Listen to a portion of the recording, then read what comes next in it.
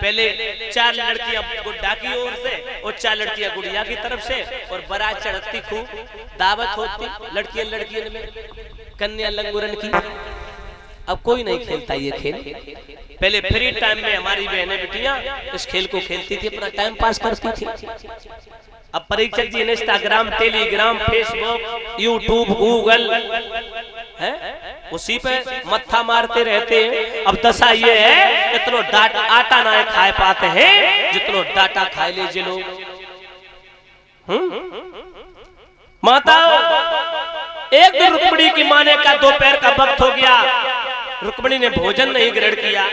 रुक्मिणी की माँ भागी, जहाँ लड़कियां गुड्डो गुड़ियों का खेल खेल रही थी, आई शुद्धमती बोली, बेटी रुक्मिणी, हाँ मैया। रुक्मिणी, हाँ मैया। कहाँ थी तुम? आज दोपहर का वक्त हो गया, भोजन भी नहीं किया तूने। मैया मैं कमरे में थी। कमरे में क्या कर रही थी? खेल खेल रही थी मैया। खेल खेल रही थी? हाँ मैया, गुड़िया की शादी गुड्डा के साथ में कर रही थी मैया। है? हाँ मैया, गुड़िया की शादी गुड्डा के साथ में कर रही थी मैया।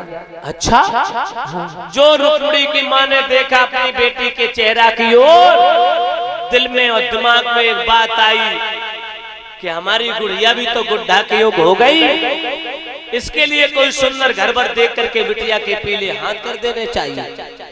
परीक्षित जी उसी समय दासियों को बुलाया और कहा, जाओ मेरे महाराज को बुला के लाओ, राज दरबार से आए, आज इस विषय पर चर्चा करूंगी।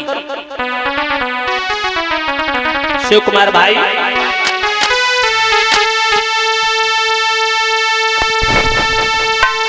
अरे रानी ने मन में कही, लली हुई गई बड़ी मेरी श्यानी,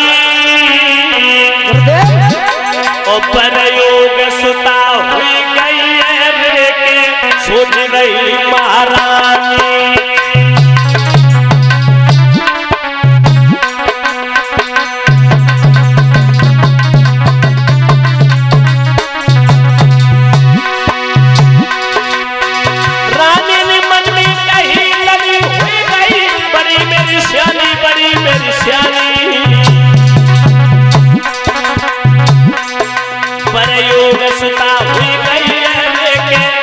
रही महारानी,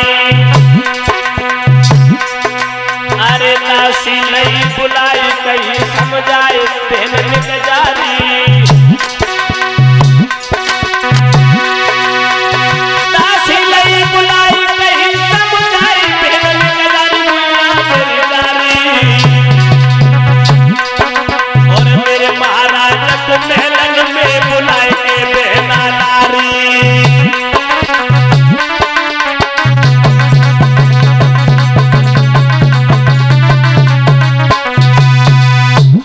परीक्षक जी दासी को तत्काल बुलाया और कहा, जल्दी मेरे महाराज को बुला के लाओ।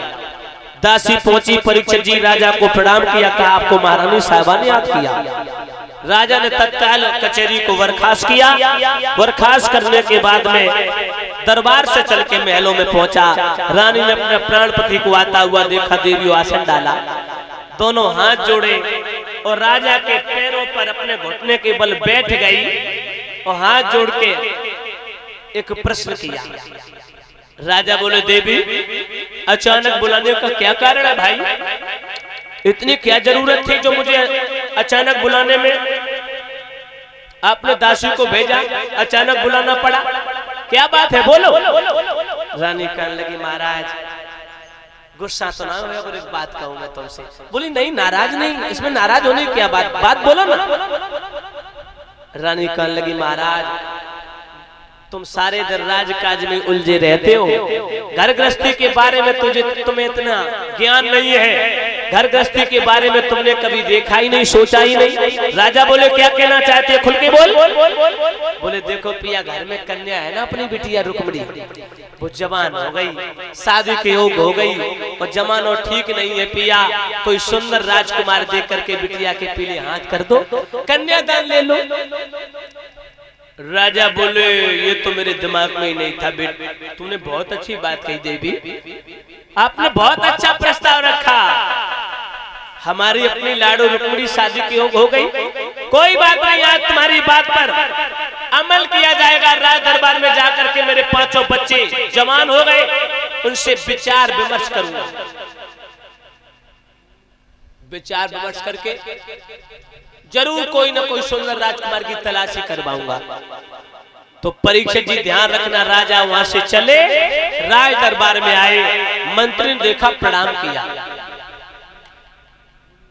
महाराज इस मंत्री का प्रणाम स्वीकारो महाराज। मंत्री, हाँ महाराज।